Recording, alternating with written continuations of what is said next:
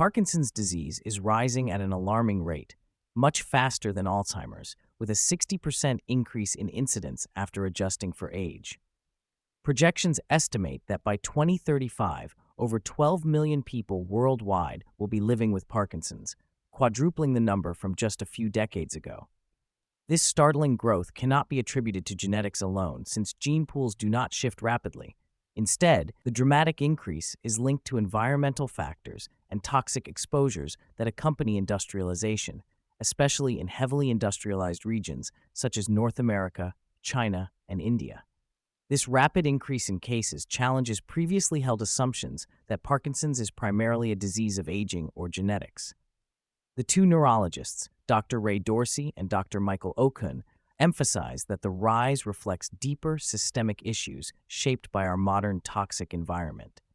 These include the accumulation of pesticides, heavy metals, and other pollutants impacting mitochondrial function and triggering neurodegenerative processes. A key message emphasized is that Parkinson's is not merely a brain disorder characterized by motor symptoms. Instead, it is a whole-body disease involving multiple systems, often manifesting years before traditional motor signs appear. Non-motor or prodromal symptoms such as constipation, dream enactment behavior, loss of smell, and neuropsychiatric changes can emerge early, reflecting the complex systemic nature of the disease. The presence of pathological features outside the brain, such as in the gut and skin, further underscores its systemic character. Misfolded proteins and mitochondrial dysfunction appear broadly, explaining why people with Parkinson's also exhibit increased risks of osteoporosis, melanoma, and other organ system effects. The duo stresses the need to shift from a brain-centric view to a network biology approach, linking inflammation, microbiome disturbances, oxidative stress, and mitochondrial damage to the diverse manifestations of Parkinson's. Central to the discussion is the critical role environmental toxins play as drivers of Parkinson's disease. From the coal dust and heavy metals in 19th century London to modern-day exposure from pesticides and air pollution, the narrative paints a stark picture of how industrial chemicals infiltrate our bodies and brains. Dr. Dorsey points out that these toxins, such as lead from gasoline, mercury, and pesticides like paraquat and chlorpyrifos, damage mitochondria and disrupt cellular energy, precipitating neuronal death. The inhalation route, particularly through the olfactory nerve, serves as a superhighway, allowing direct access for toxicants to the brain, bypassing the traditional blood-brain barrier. Similarly, chemicals ingested through contaminated food and water and absorbed via the gut contribute to a parallel gut-first pathway of disease initiation. The widespread presence of pesticides in well water, golf courses, and even breast milk highlights the ubiquity of these harmful exposures. One of the groundbreaking insights covered is the evolving understanding that Parkinson's pathology often begins outside the brain. German pathologist Heiko Brack and others have shown that toxic proteins and disease processes may start in the gut or olfactory system before ascending to the brain via nerves such as the vagus nerve. This prion-like spread of misfolded alpha-synuclein proteins aligns with early symptoms such as constipation and loss of smell.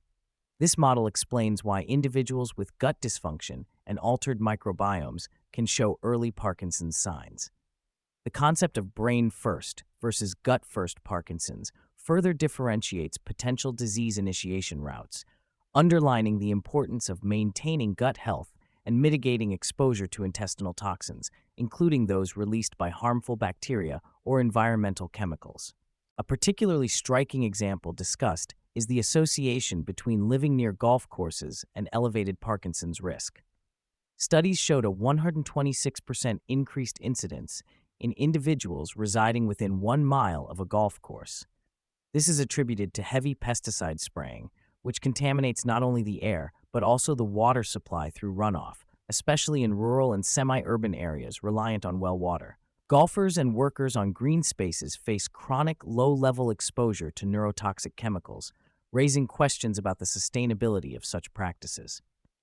While some organic golf courses exist, the broad use of pesticides remains problematic. Practical advice includes minimizing exposure during pesticide application periods, using air purifiers, filtering water, and advocating for policy change to reduce or eliminate harmful chemical use in public spaces. The conversation delves into the concept of leaky brain, or compromised blood-brain barrier (BBB) integrity, which allows environmental toxins to bypass natural defenses and enter the nervous system. Unlike the widely accepted idea of a strictly impermeable BBB, Dr. Okun explains that the olfactory nerve serves as a vulnerable gateway, making the brain susceptible to airborne pollutants and metal particles. This barrier dysfunction parallels the leaky gut theory known in functional medicine, highlighting systemic permeability that contributes to inflammation and neurodegeneration. Chronic stress, toxins, and inflammation can degrade the BBB, exacerbating neuronal injury and facilitating disease progression. Understanding and protecting these barriers is integral to preventing or slowing Parkinson's. At the cellular level, mitochondrial impairment emerges as a key pathogenic mechanism in Parkinson's disease. The brain is an energy-intensive organ, demanding 30% of the body's energy, though comprising only 2% of its mass. Toxins such as pesticides and industrial chemicals target mitochondrial complexes, impairing ATP production and inducing oxidative stress, which leads to neuronal death, especially in dopamine-producing regions like the basal ganglia. Both neurologists emphasize the relevance of mitochondrial health not only in Parkinson's, but across a spectrum of chronic diseases.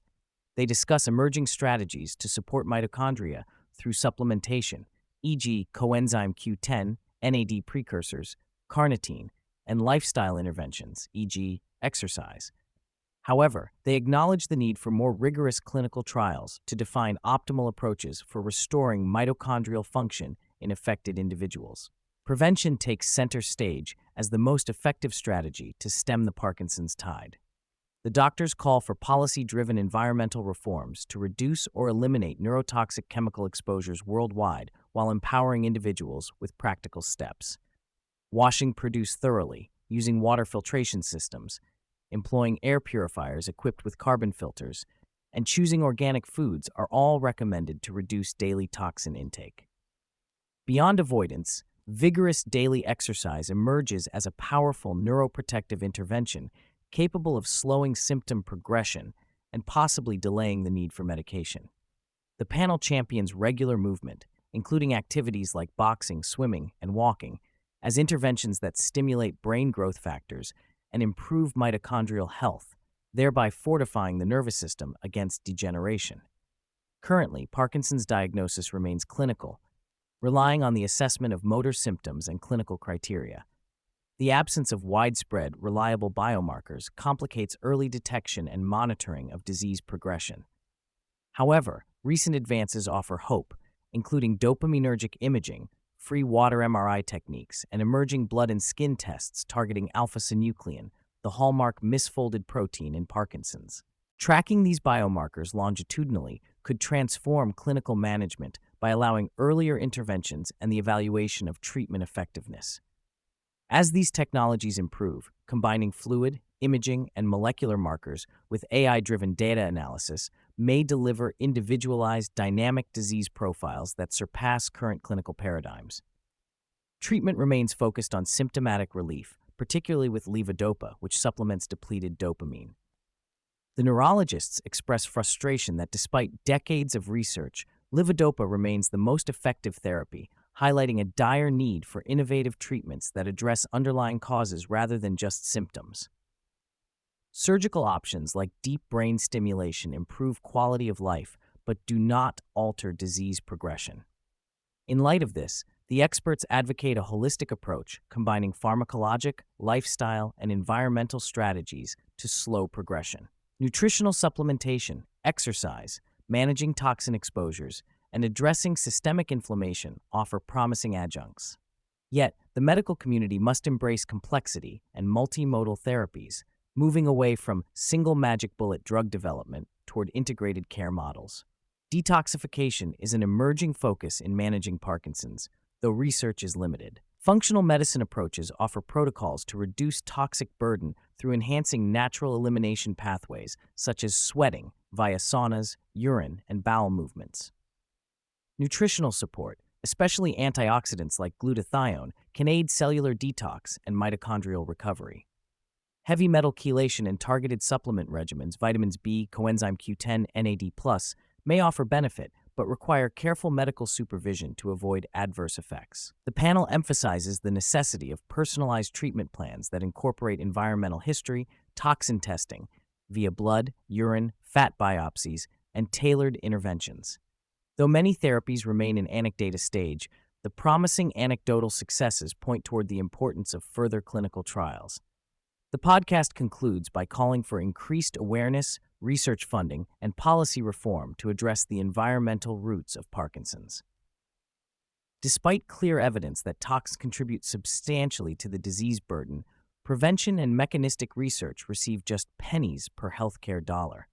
The doctors urge a reorientation of science and healthcare toward early detection, prevention, and multimodal treatment rather than reactionary, symptom-based care. They emphasize community advocacy, improved telemedicine access, and support for caregivers as essential components of a comprehensive Parkinson's care paradigm. The hope is that growing awareness, technological advances in biomarker detection, and integrative therapeutic approaches will collectively slow, stop, and eventually even reverse Parkinson's disease, reducing needless suffering for millions worldwide.